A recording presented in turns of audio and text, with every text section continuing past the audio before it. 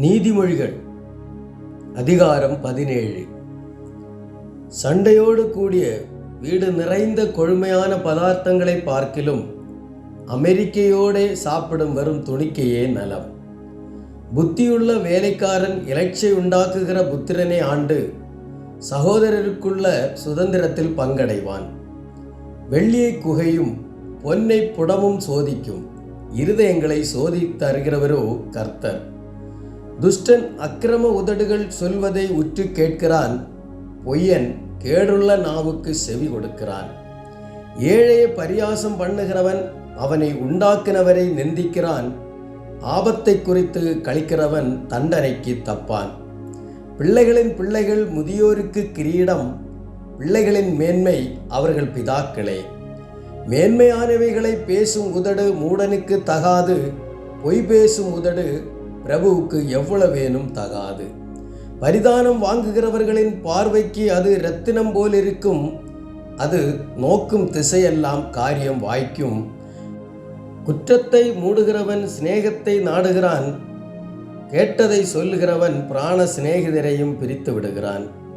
மூடனை 100 அடி அடிப்பதை பார்க்கிலும் புத்திமானை வாயினால் கண்டிப்பதே அதிகமாய் உரைக்கும்.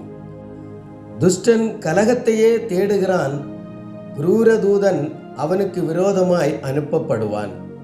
தன் மதிகேட்டில் திரியும் மதியினனுக்கு எதிர்ப்படுவதை பார்க்கிலும் குட்டிகளை பறிகொடுத்த கரடிக்கு எதிர்ப்படுவது வாசி.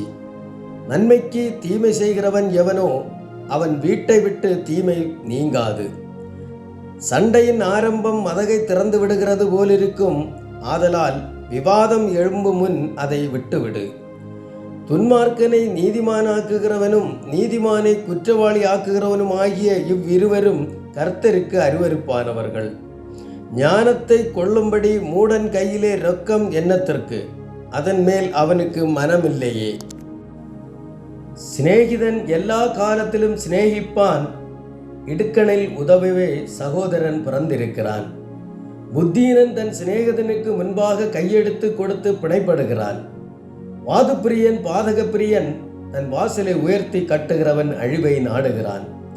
மாறுபாடான இருதயமுள்ளவன் நன்மையை கண்டடைவதில்லை, புரட்டு நாவுள்ளவன் தீமையில் விழுவான். மூட புத்திரனை பெறுகிறவன் தனக்கு சஞ்சலமுண்டாக அவனை பெறுகிறான், மதியினனுடைய தகப்பனுக்கு மகிழ்ச்சி இல்லை. மனமகிழ்ச்சி நல்ல ஔஷதம், முறிந்த ஆவியோ எலும்புகளை உலரப் பண்ணும். துன்மார்க்கன் நீதியின் வழியை புரட்ட மடியிலுள்ள பரிதானத்தை வாங்குகிறான். ஞானம் புத்திமானுக்கு முன்பாக இருக்கும், மூடனுடைய கண்களோ பூமியின் கடையாந்தரங்களில் செல்லும். மூடபுத்திரன் தன் பிதாவுக்கு சலிப்பும் தன்னை பெற்றவர்களுக்கு கசப்புமானவன். நீதிமானை தண்டம் பிடிக்கிறதும் நியாயம் செய்கிறவனை பிரபுக்கள் அடிக்கிறதும் தகுதி அல்ல. அறிவாளி தன் வார்த்தைகளை அடக்குகிறான், விவேகி குளிர்ந்த மனமுள்ளவன். பேசாதிருந்தால் மூடனும் ஞானவான் என்று எண்ணப்படுவான், தன் உதடுகளை மூடுகிறவன் புத்திமான் என்று எண்ணப்படுவான்.